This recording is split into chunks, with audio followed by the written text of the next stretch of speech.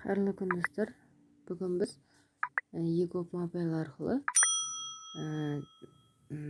жер кезегіне тұруды көрсетеміз. Смотреть все дейміз. Жылжымайтын мүлік және ТКШ дейді. Және ең бірінші жеке тұрғын үй құрылысына жер учаскесінің он соты жер алуға кезекті қарау, кезекке тұру дегенді басамыз. Және осы жерде біз кезекке қою және бұрын берілген өтініштің деректерін өзектендіру, яғни бұрын өтініш берсеңіз қарайсыз, және кезектен шығару, бұрын тұрып ол жерге ұнамаса шығарып тастауға болады. 3 жағдай бар. Біз кезекке қоюды таңдаймыз, жалғастыру, және менің номерім сақталған аймақты таңдайсыз.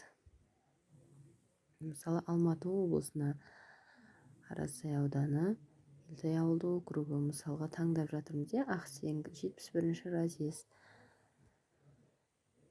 Жер және мынаны растаймыз. Мен бұрын және тұрғын үй құрылысы үшін тегін жер учаскесінің алмағанымды растаймын. Қызметті алу.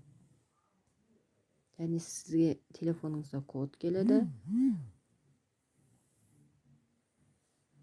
Және обновить етесіз.